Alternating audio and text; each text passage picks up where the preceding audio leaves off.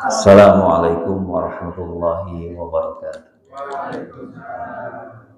Innal hamdalillah nahmaduhu wa nasta'inuhu wa nastaghfiruh wa na'udzu billahi min syururi anfusina wa min sayyiati a'malina.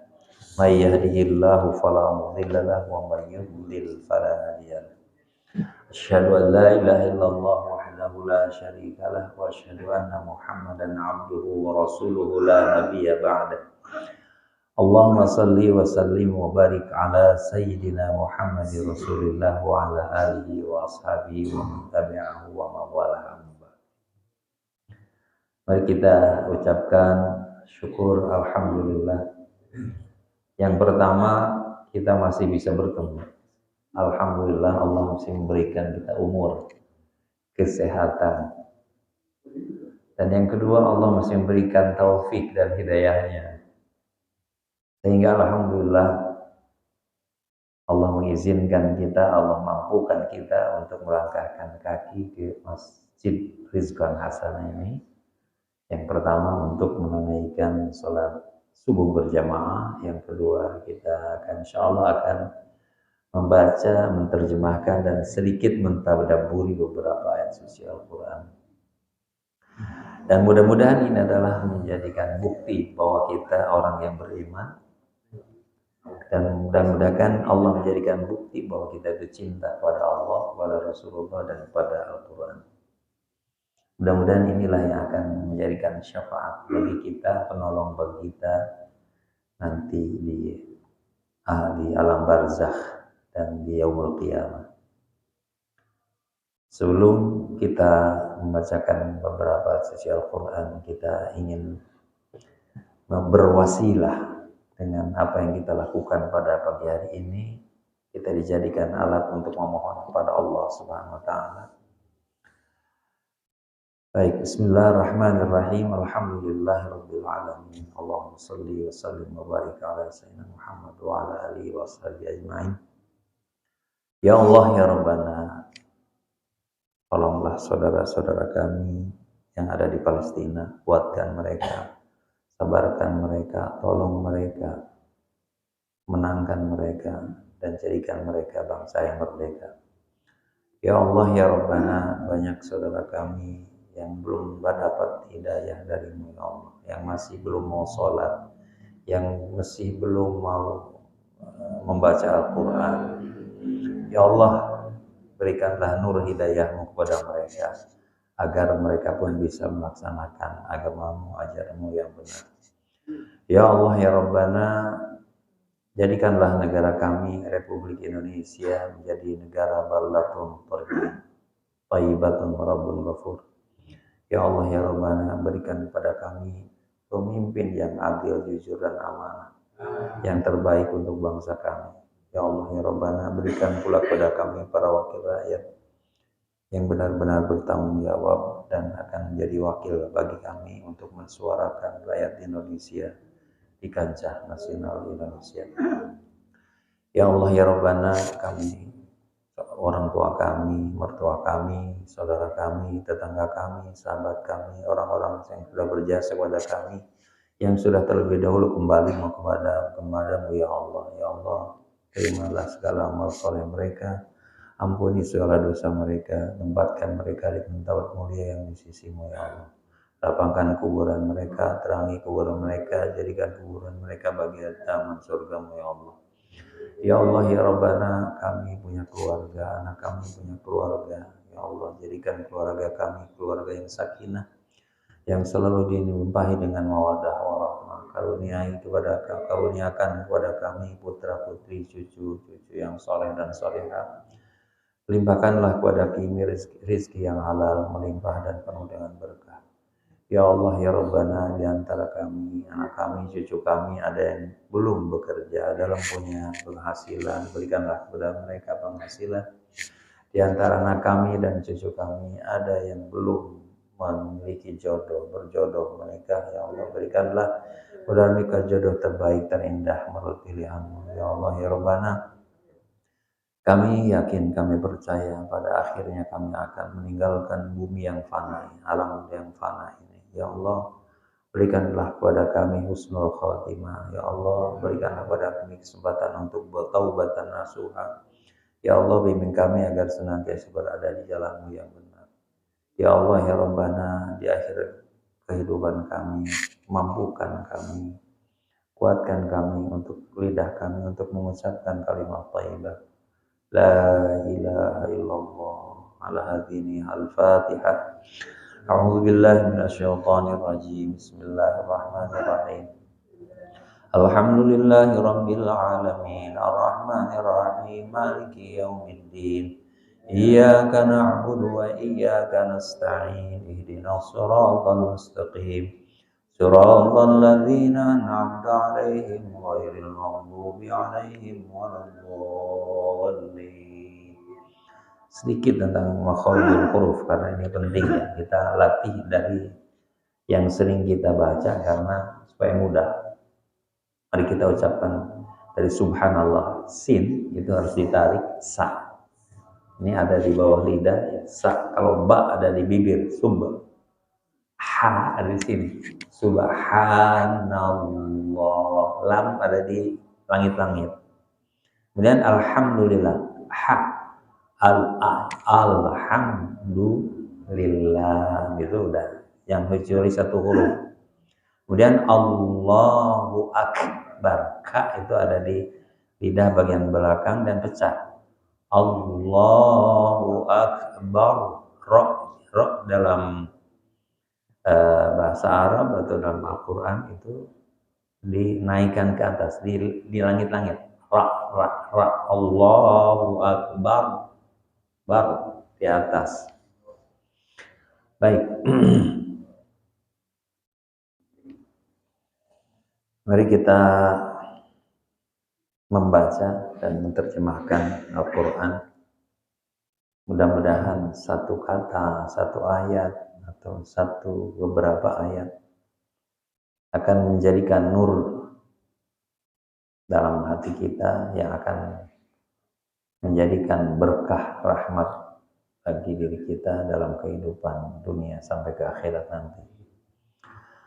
A'udzu billahi minasyaitonir rajim. Bismillahirrahmanirrahim. Suratun anzalnaha. Ini adalah satu surat. Ya, kebetulan surat ini surat An-Nur. Cahaya. Cahaya itu terang, benderang. Suratun anzalnaha. Ini adalah sebuah surat yang kami turunkan. Kami-nya di sini tentu Allah Subhanahu wa taala. Dan kita tahu sudah dapat informasi bahwa Al-Qur'an wa munazzilu minal Qur'an ma huwa shifa. Penawar kan. Al-Qur'an sebagai penawar. Wa hudan dan sebagai petunjuk, guidance. Wa rahmah dan sebagai rahmah. Wa nur dan sebagai cahaya. Jadi sebuah ayat diturunkan agar kita mendapat rahmat, agar kita mendapat syifa, agar kita mendapatkan hudan, agar kita mendapatkan cahaya. Wa faradnaha, dan kami tetapkan di dalamnya ada hukum-hukum yang harus dilakukan, ada hukum-hukum yang harus ditinggalkan, ada perintah, ada larangan. Wa anzalna fiha ayatin bayyinat, dan di dalamnya, di dalam surat itu ada ayat-ayat yang jelas, clear, mudah dipahami. La'allakum tadhakkarun, hendaknya kalian mengingatnya, memahami dan mengingatnya.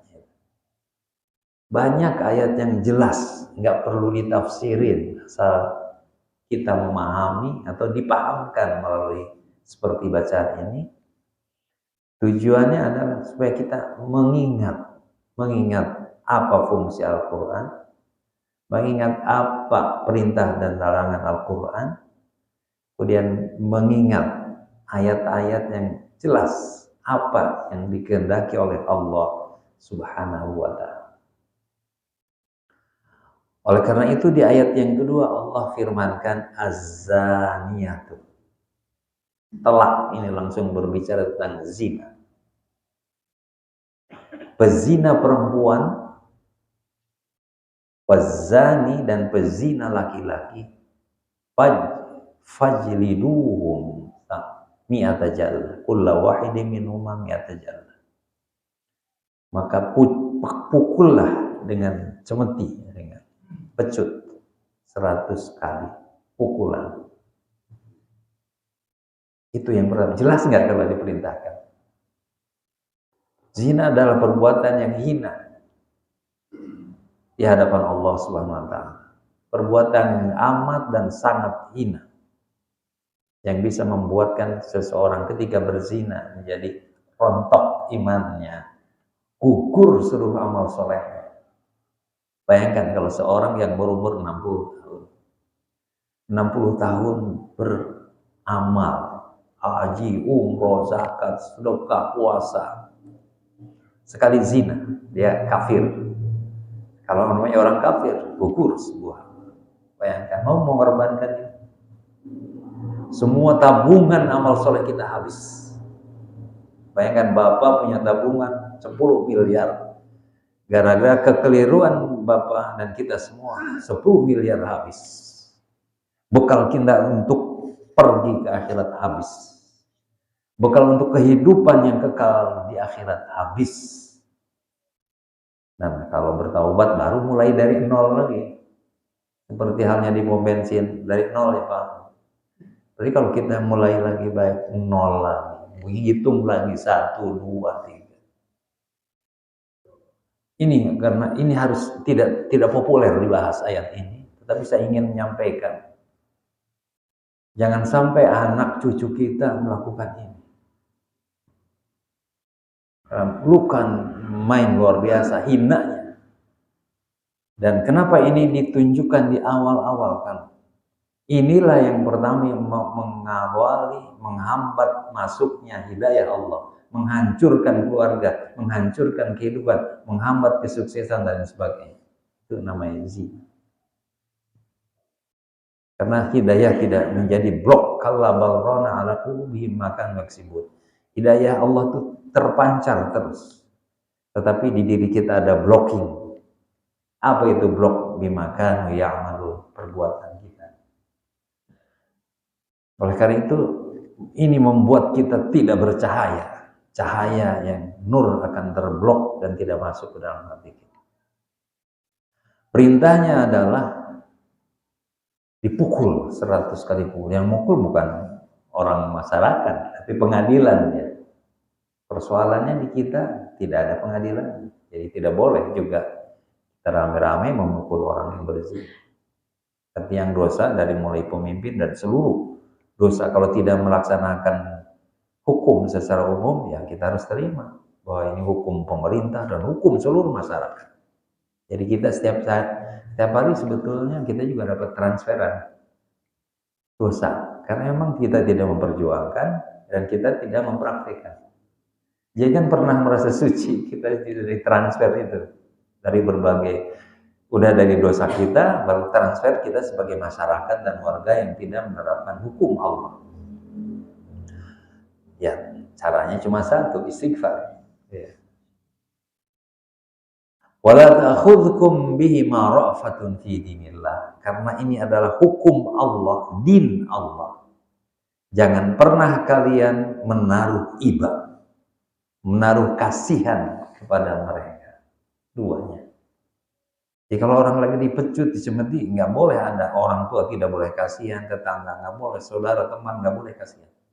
Itu demi tegaknya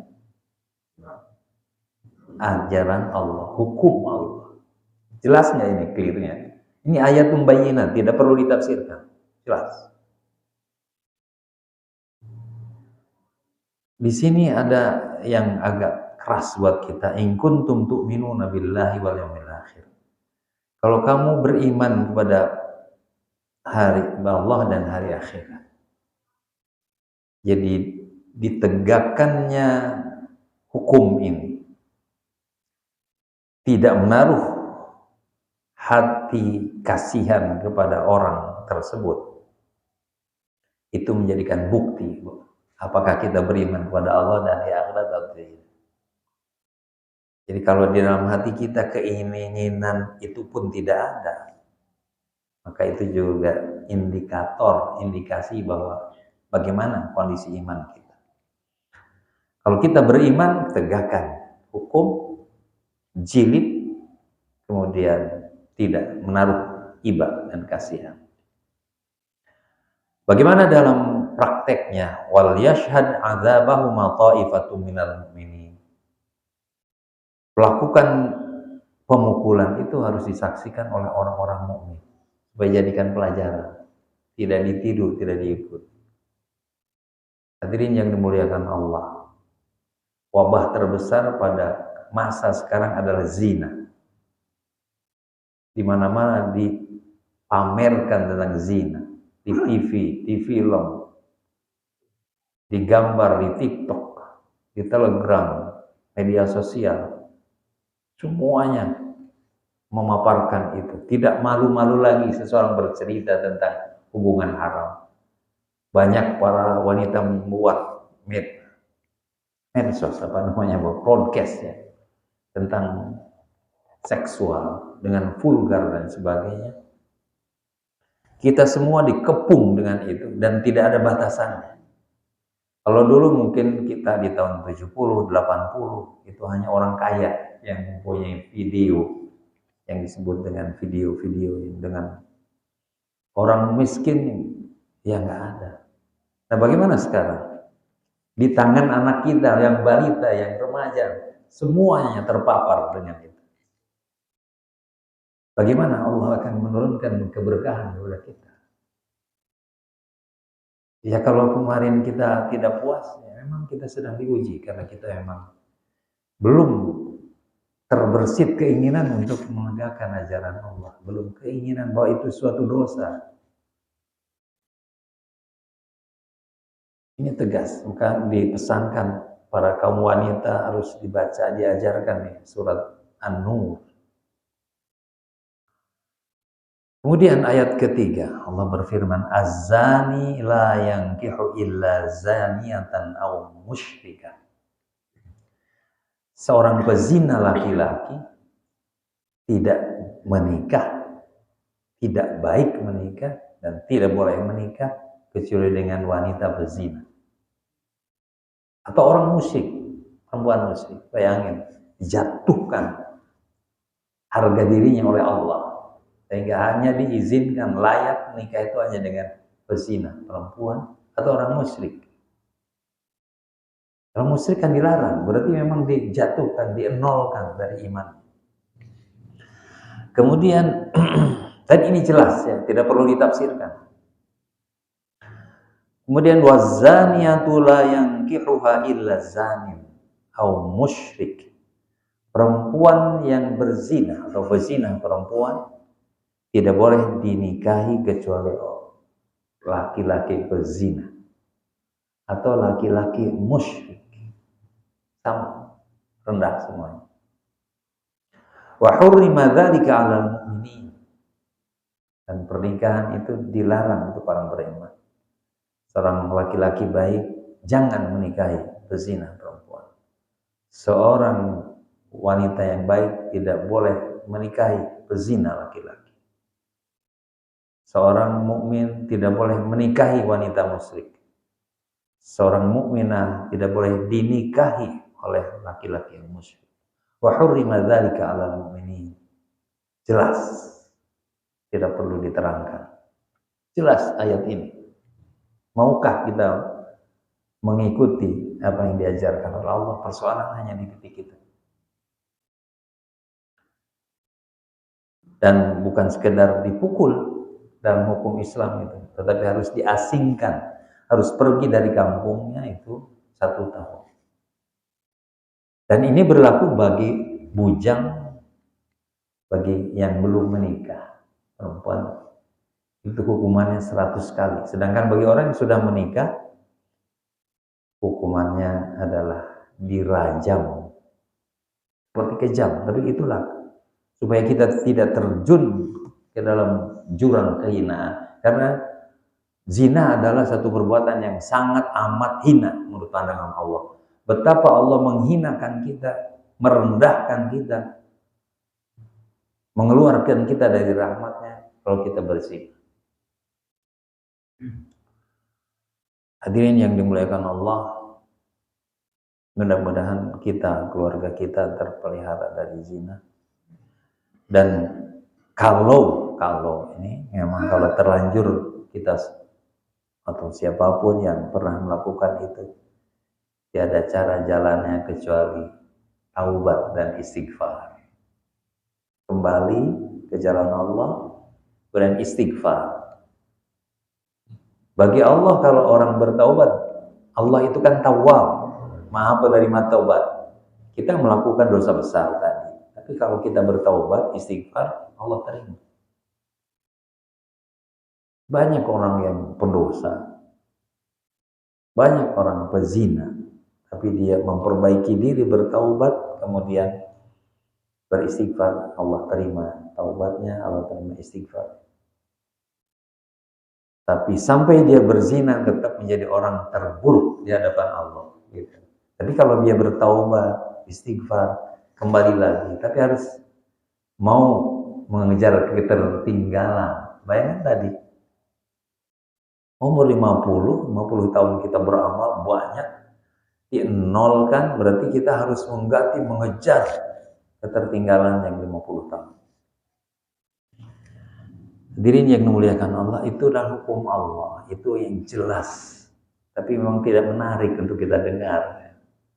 Dengar ke surga, surga, surga. Padahal untuk surga itu ada hukum Allah yang harus kita pegang, supaya kita tidak terpeleset ke jurang kehinaan.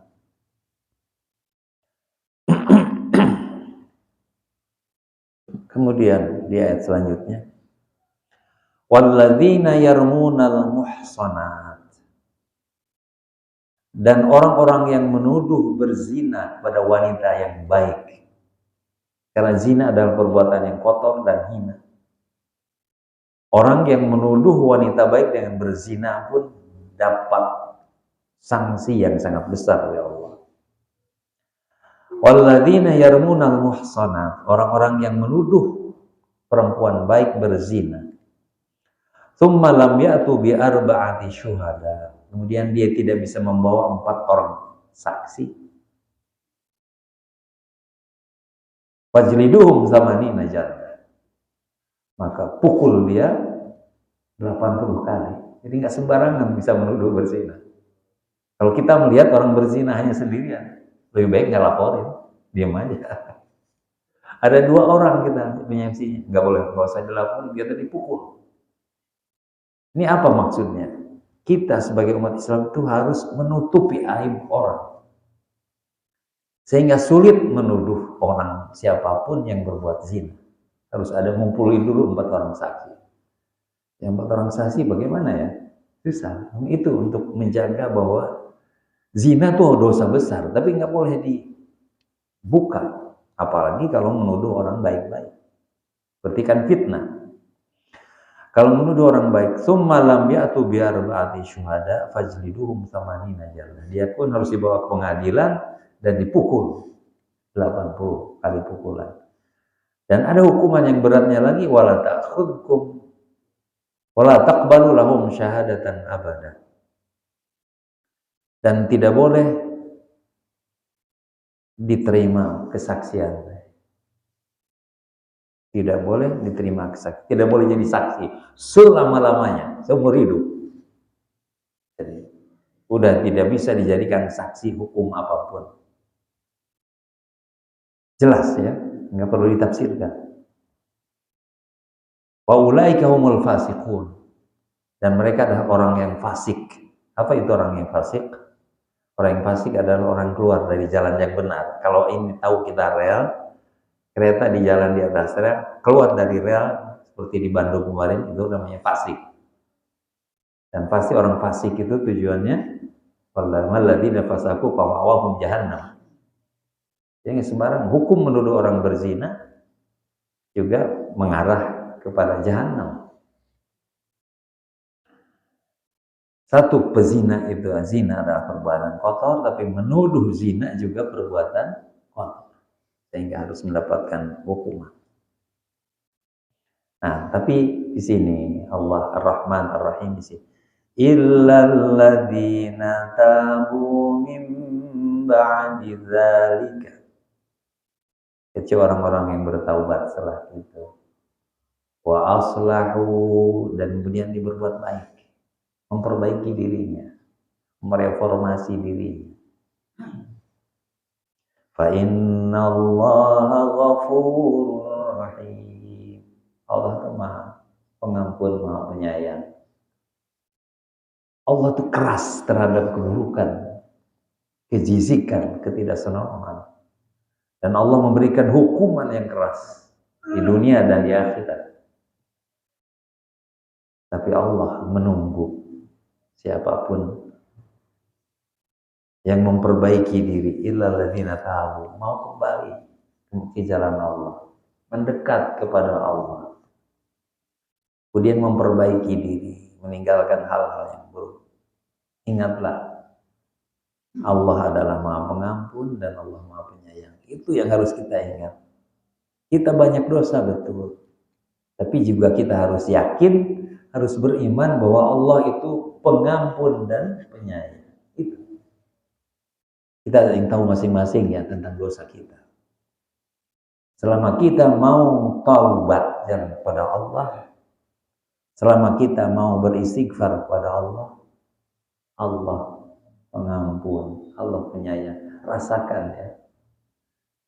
Setelah menceritakan keburukan dan hukum yang begitu tegas, tapi Allah Ghafurur Rahim, masih menunggu orang bertaubat, menunggu orang beristighfar, menunggu kita bertaubat, menunggu kita beristighfar.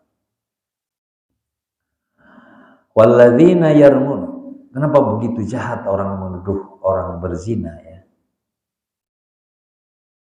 Karena kalau apalagi yang sudah dituduhnya itu orang yang sudah berkeluarga, orang yang pernah menikah, Ghair muhsan. Hukumannya tadi harus dibunuh, harus dilemparin batu dan sampai meninggal. Ayat ke-6, walladzina yarmuna azwajahum wa lam yakul lahum syuhada'u illa anfusihim. Seorang suami yang menuduh istrinya berzina tapi tidak memiliki saksi kecuali dirinya. Nah, seorang suami menuduh istrinya zina di depan pengadilan tapi dia tidak punya saksi satu-satunya. Bagaimana solusinya supaya diakui kesaksiannya itu? Fa syahadatu ahadihim arba'u syahadatin billahi innahu laminas shadiqin. Dia harus bersaksi demi Allah bahwa tuduhan itu benar, dan saya adalah benar dengan tuduhan itu. 4 kali, demi Allah, demi Allah, demi Allah, di hadapan hakim. Wal khamisatu anna la'natallahi alaihi in kana minal kadzibin. Dan yang kelima, dia harus menyatakan demi Allah, kalau aku salah, kalau tuduhan saya palsu, maka wajib laknat Allah ditimpakan kepadaku. Itu yang kelima. Artinya dia tidak takut dengan laknat Allah kalau betul-betul berbohong. Karena laknat itu artinya keluar dari rahmat Allah. Jadi kalau dilaknat, kata-kata laknat itu artinya Allah nggak sayang lagi. Mau nggak disayang Allah? Kalaupun masih ada seperti sayang, istidraj. Bagaimana cara perempuan ingin lepas dari tuduhan berzina? Maka dijelaskan, wa yadra'u 'anhal 'adzaba tashhada arba'a syahadatin billahi innahu laminal kadzibin. Si perempuan yang dituduh berzina, dia juga harus bersumpah 4 kali. Demi Allah, aku nyatakan bahwa tuduhan suamiku salah, dia berdusta. 4 kali.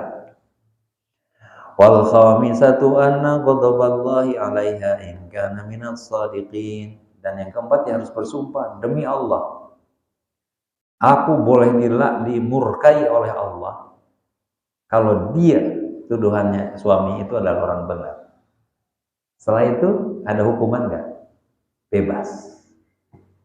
Suami tidak dipukul 80 kali, istri tidak dirajam, bebas dari hukuman. Asal berani mengucapin itu. Berani nggak? Tapi hukumannya apa? Setelah itu tidak boleh menikah atau rujuk seumur hidup. Ya, hukumannya. Mereka bebas dari hukuman dunia berupa dari hakim, tetapi dia harus berpisah sepanjang hayatnya. Itulah ayatun bayyinah, itulah ayat-ayat yang jelas yang harusnya kita pahami, kita supaya tidak bermain-main dengan buka HP, tidak bermain-main dengan zina. Walaula fadlullahi 'alaikum wa rahmatuh. Kalaulah bukan karena rahmat Allah, karunia Allah, pemberian Allah, anugerah Allah, dan kasih sayang Allah, udah semua yang itu udah celaka semua. Sulit menghadapi hidup di dunia ini. Tapi karena Allah punya anugerah, banyak memberikan kebaikan kepada kita, dan Allah menyayangi, maka wanita, laki-laki yang saling menuduh tadi bebas. Orang-orang sudah berzina, taubat, bebas. Orang yang menuduh berzina, taubat, istighfar, bebas. Itu karena apa? Kasih dan sayang Allah. Tegas hukumnya, tapi Allah bisa juga memberikan kebebasan dengan taubat dan istighfar. Wa anna Allaha tawwabun hakim. Yang harus kita ketahui bahwa Allah itu tawwab. Tawwab artinya senantiasa menerima kembalinya orang yang salah. Selalu menerima taubatnya orang yang salah. Tawwab itu juga harus kita ingat. Harus kita renungkan bahwa Allah itu tawwab. Sehingga kita tidak putus asa. Kalau kita pernah melakukan satu kesalahan, dosa, tidak boleh putus asa. Karena Allah menunggu siapapun. Allah membentangkan tangannya di siang hari untuk menerima taubatnya orang yang berdosa di malam hari. Allah menunggu tangannya di malam hari untuk menerima taubatnya orang-orang yang salah di siang hari. Tawwab artinya sering kita salah, tapi Allah tawwab. Tapi yakinkah kita diterima? Nah itu yang harus kita, jangan main-main dengan hukum. Yakinkah kita bahwa taubat istighfar kita diterima? Itu yang harus. Tapi kita kalau udah jatuhnya melecehkan, wallahu a'lam, masihkah kita terima taubat kita? Kemudian hakim. Hakim itu sangat bijak. Dengan hukuman, ketetapan-ketetapan ini bijak. Demi bercahayanya hati dan pribadi, dan demi baiknya keluarga, karena hancur keluarga kalau keluarga itu pezina, dan hancur tatanan sosial serta keturunan masyarakat di tengah masyarakat. Hukum waris, hukum hubungan wali dan bukan wali hancur. Tetapi kemudian Allah memberikan hukuman, itulah yang Allah paling, karena tanpa itu dimanapun tidak bisa menjamin. Hadirin yang dimuliakan Allah, nggak enak dengar ayat-ayat ini. Biasanya enak tuh surga, surga. Tapi bagaimana kita menjalani di dunianya, ini nggak pernah dibahas. Karena itu yang mengantarkan kita ke surga. Surat ini sangat jarang dibaca. Oleh karena ini saya perlu untuk mengajak diri saya dan jamaah sekalian untuk apa? Tadi suratun anzalna, supaya surat ini memandu kita, membimbing kita supaya tidak keluar dari rel, supaya kita tidak terperosok ke jurang kehinaan. Kemudian ayat 11. Innal ladzina ja'u bil ifki usbatum minkum. Sesungguhnya orang yang membawa kabar dusta adalah dari golongan kalian. Ayat ini bercerita tentang peristiwa Ummul Mukminin Aisyah radhiyallahu anha.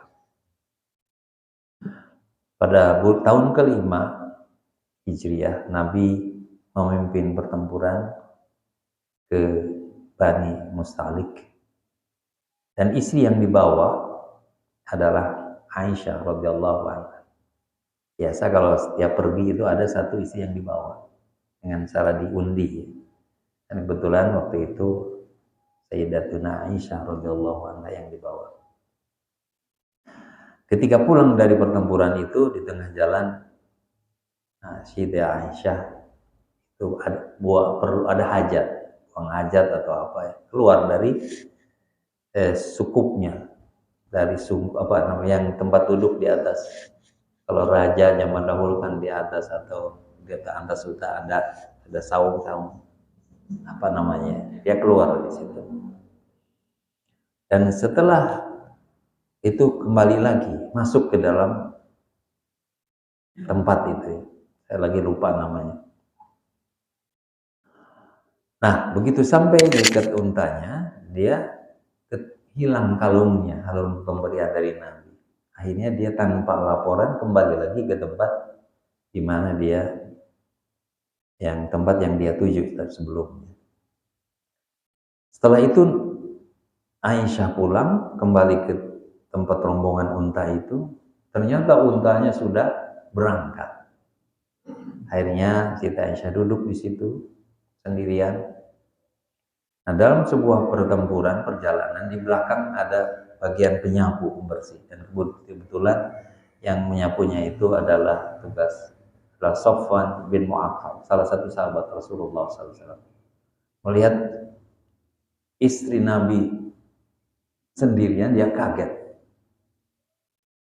dan akhirnya Siti Aisyah disuruh naik untanya, sementara Sofwan menuntun unta. Datang ke tempat rombongan umat kaum muslimin, dilihat oleh Ubay bin tokoh kaum munafik. Kemudian bikinlah cerita bahwa Siti Aisyah dan Sofwan melakukan berzina atau berbuatan yang tidak baik. Kemudian orang-orang mukmin mendengar dan menyebarkan lagi, timbullah hoax, berita yang tidak jelas kebenaran. Dan itulah peristiwa yang sangat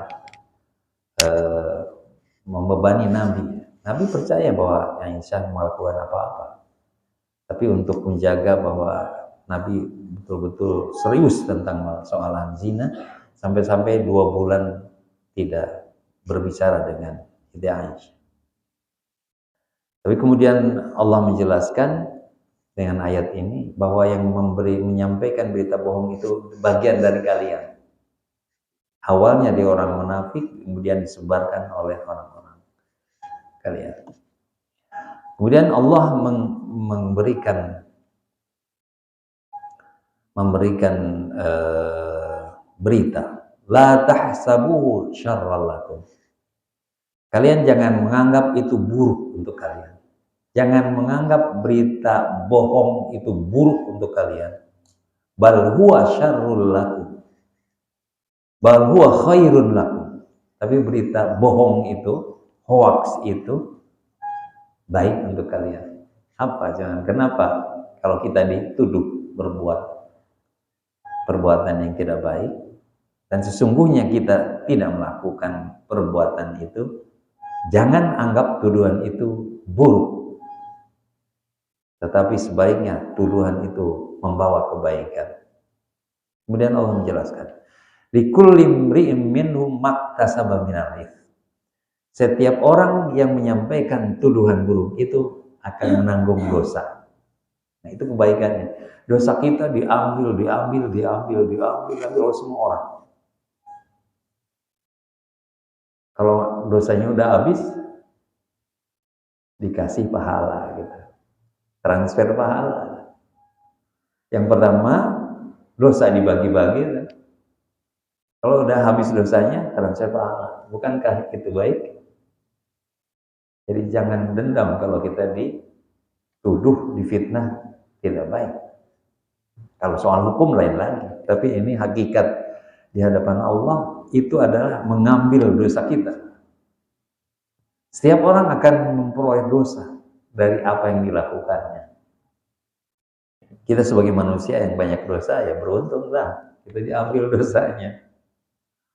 Kalau udah habis dosanya, ditambah pahalanya. Walladzi tawalla kibrahu minhum lahu adzabun adzim. Sedangkan orang yang pertama kali yang memberikan, yang melontarkan berita bohong, bagi mereka azab yang besar. Mereka dapat porsi yang terbesar. Taruhlah kalau dosa kita dituding, difitnah buruk. Tadi kan konteksnya tentang itu ya. Tapi kita harus pakai untuk sekarang. Kalau kita diberikan, dituding melakukan tidak baik, tapi kita sebetulnya nggak melakukan itu.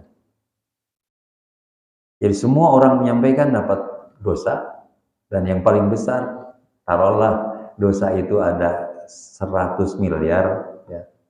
Bagi orang yang pertama itu dapat 90 miliar, yang 10 miliar dikasih, dibagi-bagi. Jadi siapa yang paling besar?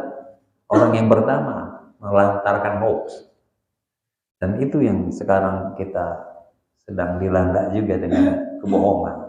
Hati-hati kalau bohong. Kalau benar sih nggak apa-apa. Kalau tujuannya benar, tapi seringkali banyak kebohongan.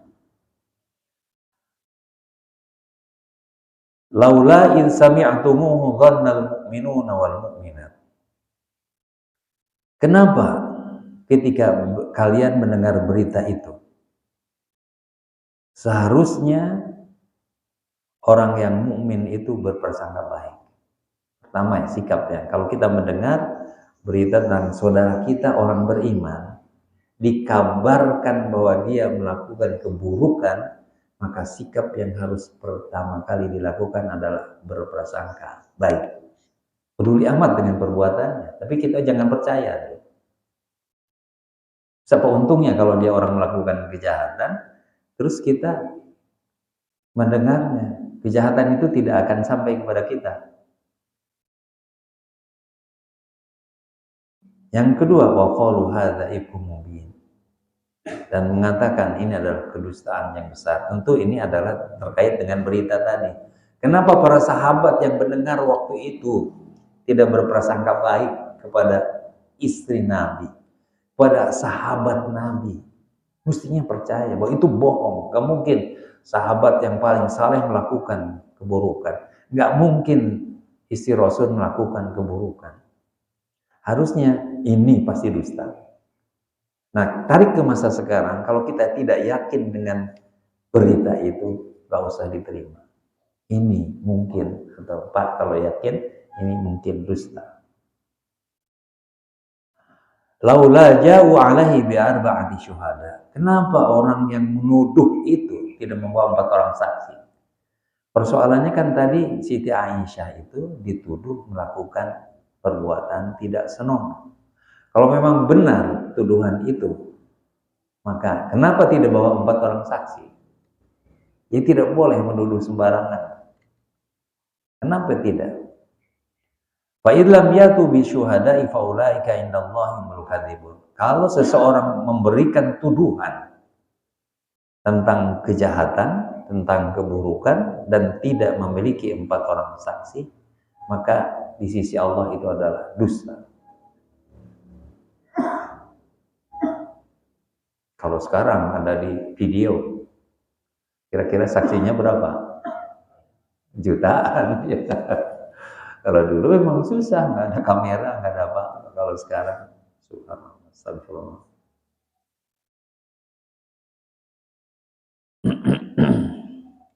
Walaula fadlullahi alaikum wa rahmatu fid dunya wal akhirah lamasakum fi ma afadtum fihi adzabun adzim. Allah bukan karena karunia Allah, kasih sayang Allah. Allah tuh sayang sama siapapun. Maka kalian akan ditimpa hukuman yang besar di dunia dan akhirat akibat apa yang kamu ucapkan. Jadi hati-hati dengan ucapan. Kalau sekarang ditambah lagi bukan sekedar ucapan, hati-hati dengan apa yang kita tuliskan, hati-hati apa yang kita forward, karena ancamannya luar biasa. Jadi kenapa orang yang berzina, berbuat macam-macam dosa tidak langsung dihukum oleh Allah? Karena kalau semua orang dihukum langsung karena perbuatan dosanya, nggak ada manusia hidup di dunia. Kenapa nggak langsung diazab? Azab langsung misalnya dengan musibah, dengan segala macam. Atau tertutupi aibnya. Karena karunia dan kasih sayang Allah. Termasuk kita ya. Kita kan kelihatan orang hebat, orang bersih. Kenapa? Karena Allah tutupi aib kita. Kalau tahu malu kita ya. Kita malu dengan kesalahan-kesalahan kita. Itu karena apa? Karena Allah marah. Allah tidak langsung memberikan hukuman, menunggu. Ayo taubat, ayo istighfar, ayo balik, jangan nunggu sampai mati. Itulah yang kaitannya dengan hadis tadi. Allah selalu membuka pintu taubatnya siang dan malam untuk menunggu orang. Nah kecuali kalau sampai mati udah selesai. Idtalaqawna bi alsinatikum wa taquluna bi afahikum ma laysa lakum bi ilm. Ini konteksnya tadi tentang hadisul ifki, tentang berita bohong, tapi sangat kontekstual dengan sekarang. Kenapa kamu menerima berita bohong yang disebarkan melalui lisan demi lisan terus gitu? Nggak tahu siapa menyebarkannya. Karena sekarang mungkin bukan lisan lagi, HP, media sosial. Kita tidak tahu siapa yang memberitakan. Wa taquluna bi afahikum, kemudian kamu menyebarkannya kembali dengan mulut kamu. Kita terima, kemudian kita ceritain lagi. Itu yang paling enak kan? Terima, kemudian cerita lagi. Kita terima, kemudian forward lagi tentang keburukan-keburukan orang. Kata Allah, ma lakum bihi ma laisa lakum bihi ilm. Padahal kalian nggak punya ilmunya. Padahal kalian nggak tahu. Coba bayangkan, sering nggak kita melakukan itu? Kita menyebarkan berita bohong padahal kita sendiri nggak tahu. Kalau kita nggak tahu, jangan sabarkan kalau tentang berita bohong. Kata Allah, kamu tidak tahu, tapi kamu terima saja dan kamu sebarkan. Ada nggak itu berita pada hari ini? Ada, ini cerita lama tapi kontekstual pada hari ini. Wa tahsabuhu hayyinan, kamu menganggapnya biasa aja, udah terima, baca, kemudian forward, kita terima, kita dengar, kemudian sebarkan. Itu biasa aja, enteng-enteng aja. Kamu menganggap itu sepele. Wa huwa indallahi azim, padahal di sisi Allah berita bohong atau fitnah itu adalah sangat besar, adalah dosa besar. Wa huwa indallahi azim, clear ya, jelas ya. Ini ada pada masa sekarang, jelas, nggak usah ditafsir-tafsirin, jelas. Kata Allah, bagi Allah itu bukan persoalan sepele, itu serius katanya. Kalau kamu dengar berita bohong, kemudian kita sampaikan. Kalau kita dapat medsos bohong, kemudian kita forward. Kamu tuh nganggap sepele amat, tapi bagi Allah ini serius. Ini nggak main-main, ini adalah besar, ya, dosa besar. Ini kan perlu kita sampaikan. Karena ayat ini jarang sama sekali, bukan saya jarang mendengar ada khatib, ada pengajian yang khusus membahas ini, kecuali pesantren mungkin, karena tafsirnya sampai di sini. Walaula sami'tumuhu qultum. Kenapa ketika kalian mendengar itu tidak mengatakan ma yakunu lana an natakallama bihadza. Kami enggak pantas mengucapkan itu. Ini kembali ke sahabat. Kenapa kalian wahai para sahabat Nabi ketika mendengarnya itu kalian tidak mengatakan, enggak mungkin ini pasti berita bohong. Ini ada orang baik dituding buruk coba. Karena dia mencalonkan jadi pemimpin, tuding buruk. Kenapa enggak mengatakan? Enggak mungkin dia itu melakukan seperti itu. Bahkan harus mengucapkan subhanaka hadza buhtanun adzim. Maha suci engkau ya Allah, ini pasti bohong. Ini bohong besar. Enggak usah dipercaya yang bohong. Hadirin yang dimuliakan Allah. Allah ingin memesan kepada kita ya'idzukumullahu an ta'udu limisli hadza. Allah tuh memberi nasihat. Ayat-ayat tadi nasihat. Apa nasihatnya? Supaya tidak melakukan perbuatan seperti itu selama-lamanya. Jadi nasihat Allah sudah sampai ke bapak-bapak ya. Hari ini, pagi ini, tujuannya apa Allah menyampaikan? Ini kan saya hanya corong aja. Yang menakdirkan saya memilih ayat ini adalah Allah. Yang menakdirkan saya harus menyampaikan dan siapa yang datang hari ini adalah Allah. Dan Allah sayang pada kita. Oleh karena itu Allah memberikan nasihat. Ya'idzukumullahu an ta'udu limislihi. Nasihatnya jangan kembali melakukan itu selama-lamanya sampai kita meninggal. Sebentar lagi kita meninggal. Jangan disia-siakan dengan perbuatan. Kita menganggap remeh, tapi kata Allah ini bukan masalah serius, nggak main-main. In kuntum mu'minin, jika kalian beriman. Jadi kalau indikator kalau kita melakukan lagi berarti iman kita gimana? Karena sudah sampai berita dari Allah, nasihat dari Allah, jangan ulangi perbuatan buruk itu. Kalau kamu beriman, berarti kalau melakukan itu iman kita pertanyakan, atau jangan-jangan Allah nggak akui iman kita. Wa yubayyinullahu lakumul ayat, dan Allah menjelaskan ayat-ayat tadi dengan jelas, nggak perlu penafsiran, asal paham aja ayat. Nggak perlu tadi nggak ditafsirkan. Yang saya mau ajarkan kenapa banyaknya ayat. Kalau ditafsirkan satu kali ayat bisa 2 jam habis. Tapi ini bukan tafsiran, hanya berusaha mentadaburinya saja. Apa yang dipesankan Allah. Allah jelas menyampaikan ayat ini. Dan siapapun pasti paham kalau mendengar dan membacanya. Wallahu alim. Allah Maha tahu apa yang kita ucapkan, apa yang kita lakukan. Allah tahu persis. Dan hakim, tapi udah alim hakim. Allah bijak. Allah sangat bijaksana. Kalau kita tahu diri kita salah, ya minta ampun, kembali lagi. Allah tuh bijak, nggak sembrono, nggak sembarangan. Siapapun yang datang ke hadapannya untuk bertaubat dan istighfar, Allah terima. Allah sangat bijak. Subhanallah, bismillahirrahmanirrahim, nggak boleh diputuskan. Karena kita supaya paham, kita tahu bahwa Allah itu sayang sama kita. Bukan karena benci dan bukan karena ingin menghukum, tapi Allah sayang supaya kita damai. Damai secara hati pribadi, damai dalam keluarga, damai dalam masyarakat, bahkan damai sampai di akhirat kelak. Innal ladzina yuhibbuna an tashi'al fahishata fil ladzina amanu lahum 'adzabun 'adzim. Perhatikan ini. Sesungguhnya orang yang suka menyebarkan berita buruk, tuduhan buruk, fitnah buruk di tengah-tengah orang yang beriman. Sekarang kan banyak ya. Kita kan orang beriman. Betapa banyaknya orang yang suka, senang, para buzzer itu kan senang. Dapat uang lagi. Innal ladzina yuhibbuna an tashi'al fahishata fil ladzina amanu lahum 'adzabun alim.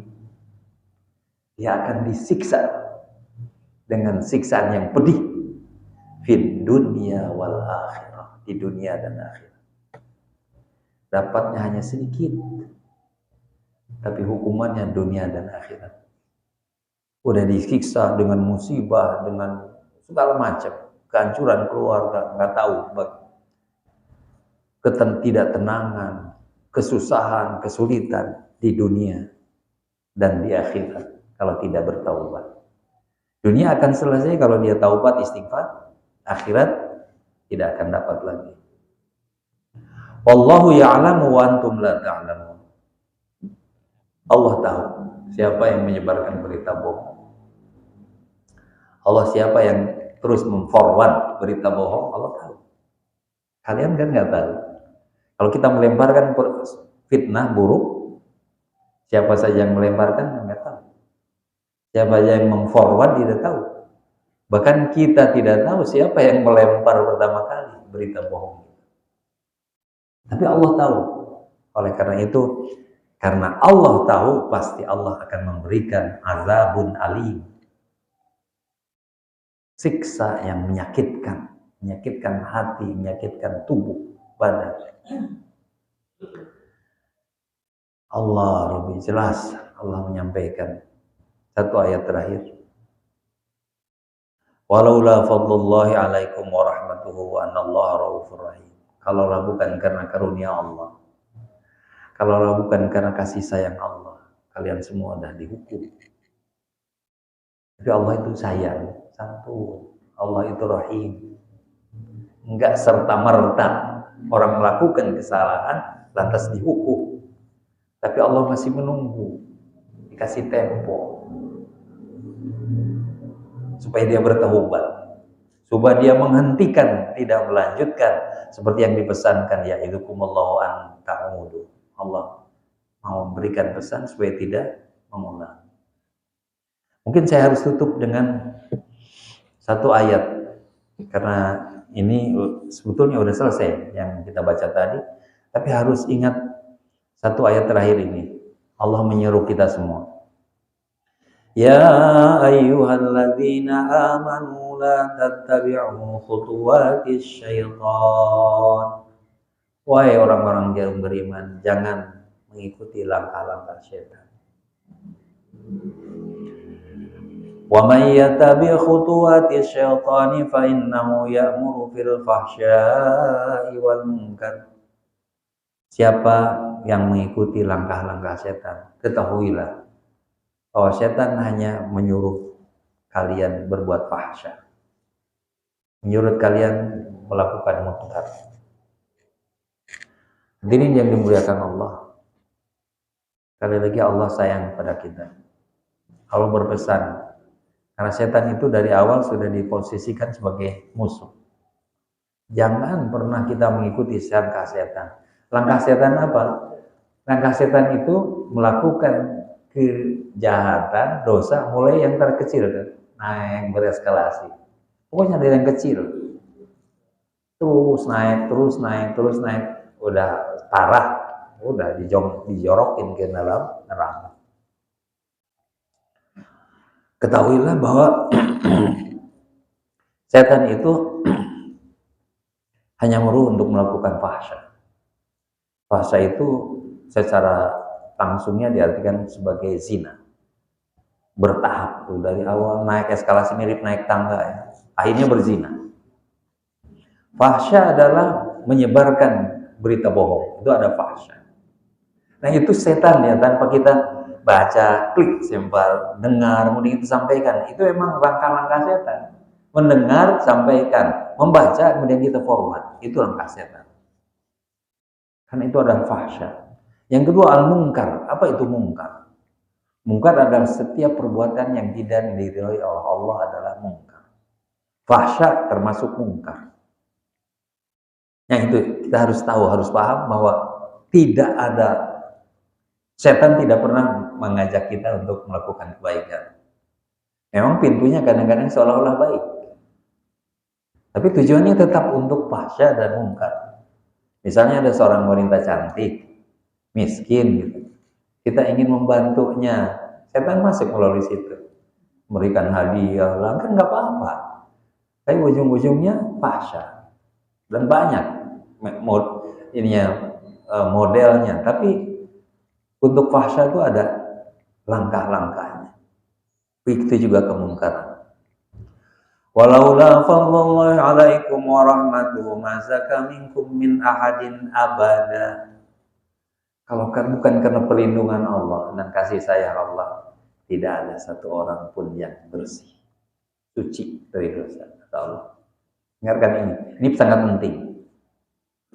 Kalau bukan karena Allah punya kelapangan, masih memberikan kesempatan kepada kita, dan kalau bukan karena Allah kasih atau sayang cinta kepada kita, nggak ada seorang pun yang terlepas, termasuk saya, bahwa semua nggak ada yang bersih dari dosa. Selamanya bahkan. Kalau bukan karena Allah nggak ada yang suci, abada. Walakin Allah yuzaki man yasha. Nah, ini baru kasih sayang Allah. Tapi Allah akan mensucikan, membersihkan orang yang Dia kehendaki. Yaitu dengan cara apa? Taubat. Dengan cara apa? Istighfar. Allah akan menyucikan, Allah akan bersihkan. Kalau Allah nggak memberikan kesempatan itu, kita semua kotor, kita semua berdosa. Oleh karena itu, kita juga harus mengikuti doanya Rasulullah SAW. Allahumma, coba kita ucapkan, Allahumma ati nafsi taqwaha wa zakkiha anta khairu man zakkaha anta waliyuha wa maulaha.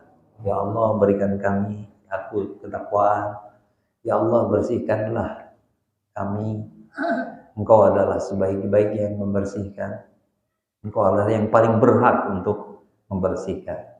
Itu doa Nabi mengajarkan yang udah suci. Maka kita pun harus belajar dan menggunakan doa itu untuk menjalani hidup kita sehari-hari. Wallahu sami'un alim. Allah mendengar ucapan kita. Allah mendengar istighfar kita. Allah mendengar doa tadi kita. Allahumma ati nafsi taqwaha. Allah mendengar semua. Allah mendengar pengakuan kita, kesalahan kita. Allah mendengar istighfar kita. Dan Allah mengetahui apapun yang kita lakukan. Dan Allah mengetahui apapun yang kita usahakan. Semoga ayat-ayat ini sesuai dengan tujuan Al-Quran, menjadi nur, kita bercahaya, tidak gelap diri kita. Dan Al-Quran menjadi panduan. Hadirin yang dimuliakan Allah, mari kita tutup pembacaan ayat Al-Quran ini dengan kafaratul majlis. Subhanakallahumma bihamdika asyhadu an la ilaha illa anta astaghfiruka wa atubu ilaik. Assalamualaikum warahmatullahi wabarakatuh.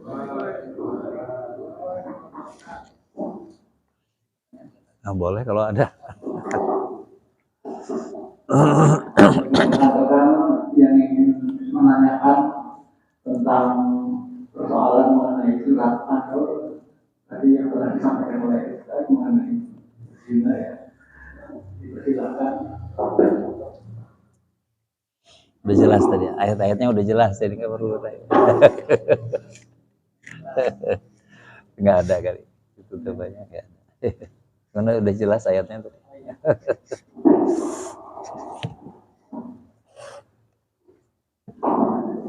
Oke, saya